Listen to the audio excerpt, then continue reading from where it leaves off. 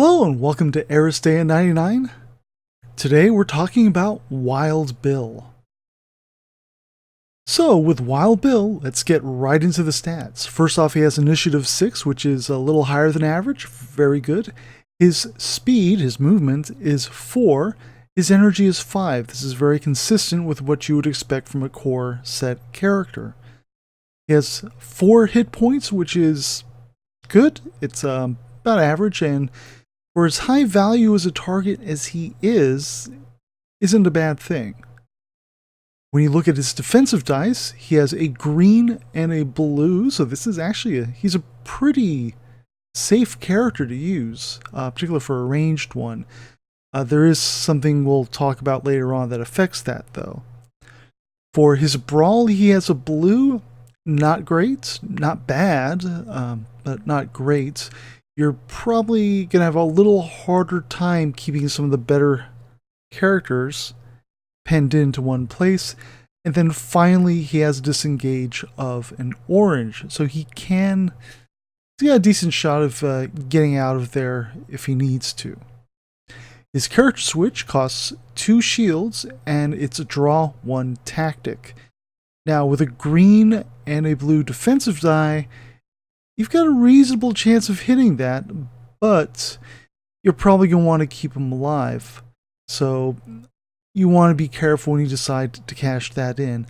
I would recommend, however, if you have cover, then you would add a black die, and that might make things a little more in your favor. Likewise, if you're using a tactics card, such as dodge, it's a little bit easier to cash in on this switch. So, much like Musashi, he is a quintessential character for his type. He has got a single ranged attack called Twin Pistols. It has a red die, 2 oranges, and starts off with an automatic success. This is fairly potent, and when you look at his range being 2 to 6, so from pretty short, not adjacent, but pretty short range to, I'd say, about mid-range, he is kind of scary.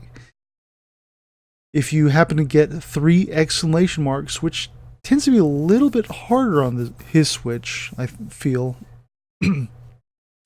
After the resolution of this attack, Twin Pistols, you may perform Twin Pistols again against a different target without spending any action points.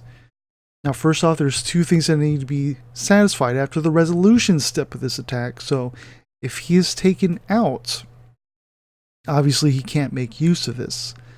Also, it has to be against a different target. So you cannot shoot Maximus, then shoot Maximus again.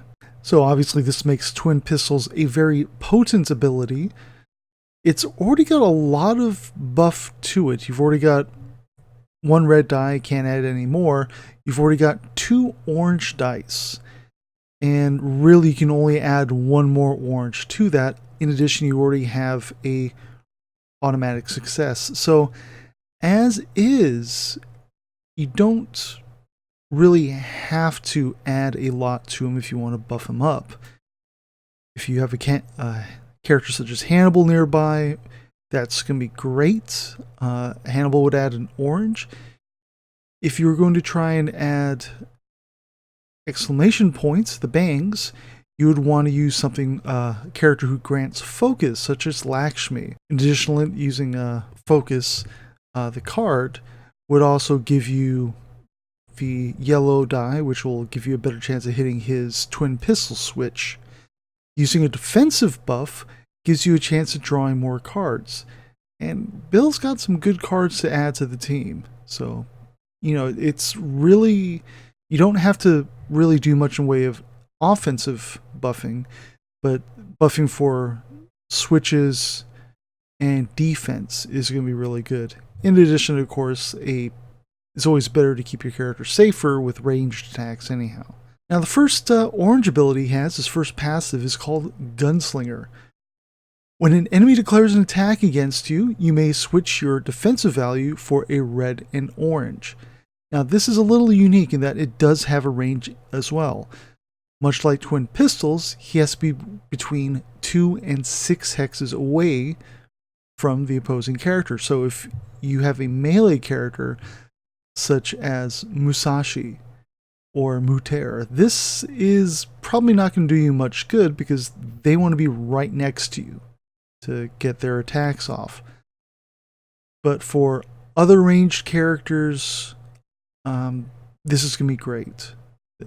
If for some crazy reason someone's using Contender against you, this is a possibility.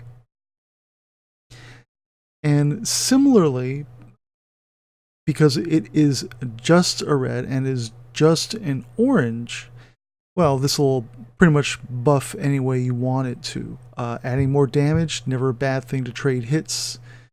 If you can, if you want to go ahead and buff defense, that's probably advisable.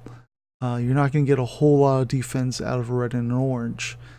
Likewise, in this case though, I would probably say I would not go with an orange, the yellow die, simply because his character switch uses shields and does not use the exclamation points. If you got it, and it's the only thing you have, it's not necessarily a bad thing to use because it does have both blocks and successes. But the best feature of the yellow die, the bangs, the exclamation points, kind of get wasted here. So, likewise, if you have focus, you can use it if you don't have anything else, but you may want to hold on to it just so you can cash in fairy dust should Lakshmi be part of your team and get rid of a state. Additionally, Dead Man's Hand, once per combat roll during the switches step, you may discard a tactic to add a success to your roll. This is a pretty obvious, actually. I've never actually used it myself, though. So if you have a bunch of tactics in your hand that you don't think you're going to use, or if you have a way of getting them back into your hand, such as using Hannibal and getting your discard pile shuffled back in, or using the new Sterling deck, where all the, before making a combat roll cards, the buff cards, get used, you can bring those back in. Then this becomes a little more potent, a little more usable because you're not throwing cards away. You're just inconveniencing yourself. Obviously, you want to be careful with that, but it is there. Okay, so we're going to go and look at his tactics cards. First off, we're going to start with Ace of Spades, which I think is a Motorhead song. I'm not really familiar with them.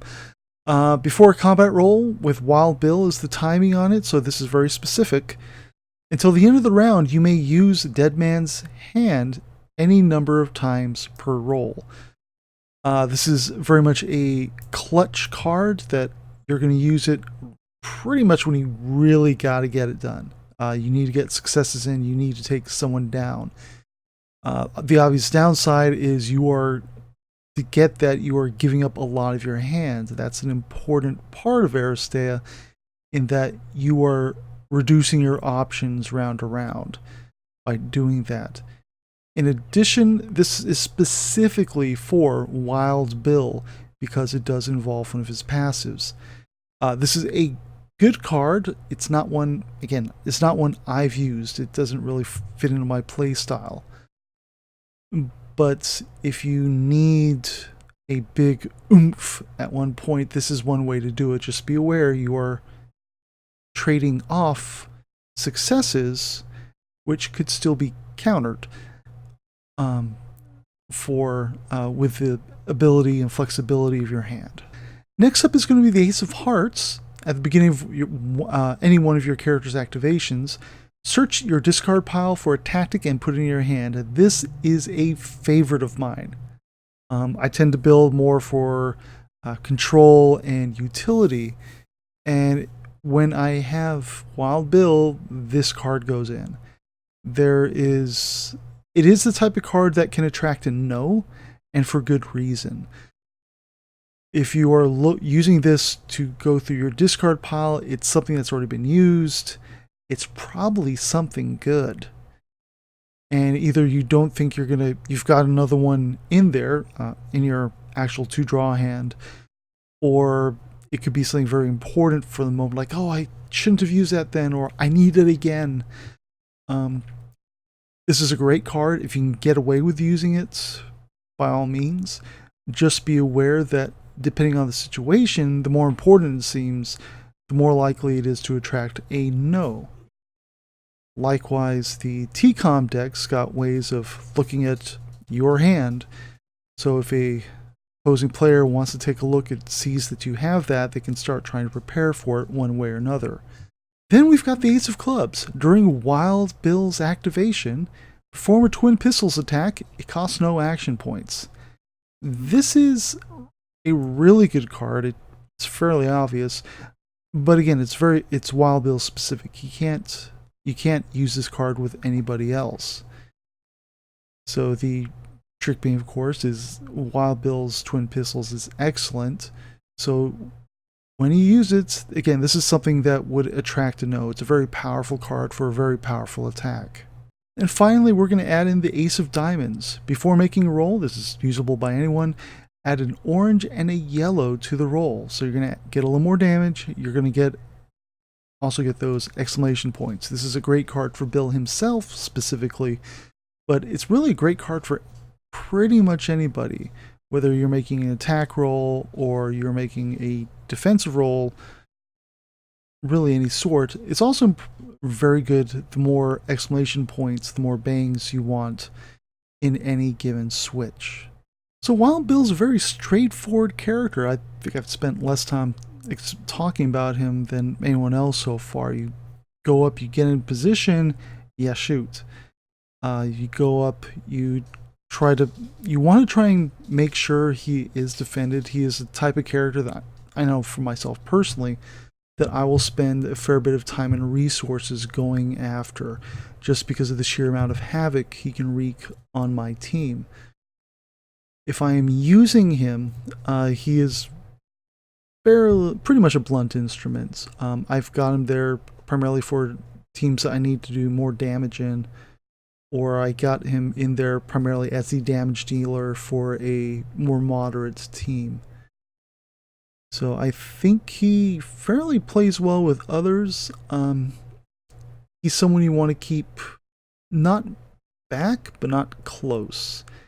The disadvantage that he has primarily is that at a range of 1, he simply cannot attack anyone with anything you really want to use. You could certainly use Contender, and if you were to use Ace of Diamonds or any of the normal buff cards, then you could possibly get something out of it, but it's still really not his preferred area. I really wouldn't want to be in melee. He's not going to do a great job stopping anyone. I would probably have him as the second character contributing a black die to the brawl roll, unless it's someone else who's much worse, obviously. Now, again, very straightforward character. He's generally going to be an asset on most teams. The trick being with his, again, melee range, you don't want to be there. Things that would mess you up, definitely, however, would be smoke or dazzle. The many times I have gone after Wild Bill, really one of the mistakes I find that when I've introduced players to Aristeia is fairly new, that they think the way to neutralize someone is to take them out, send them to the infirmary, and then to the bench. A character that has, say, Dazzle would do a fantastic job of dealing with Wild Bill. In many games of Assault, I'd have Gata there not as a scoring character, which is ostensibly what she's designed for, but to go around to all the range characters and dazzle them and keep them dazzled. The reason for that is if they're dazzled, they can't attack outside of range 0-1.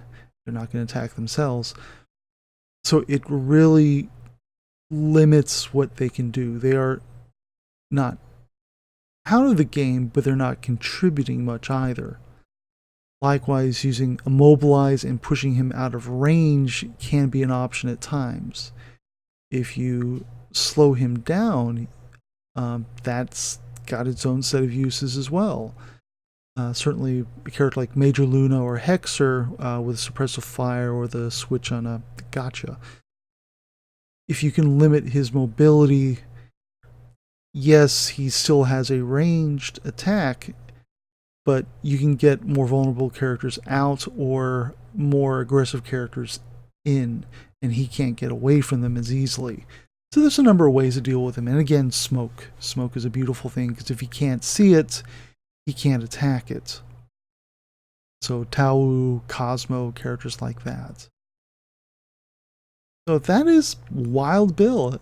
He's a great character. Very simple to understand. I think he makes a very good starting character while you're still learning the game. So we'll be continuing on next week, as always. So if you like this video, comment, subscribe.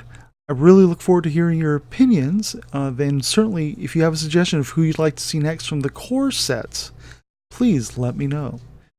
Like, comment, subscribe. Check us out not only here on YouTube, but also on Twitch, twitch.tv/shamelessmayhem. And we'll see you next time.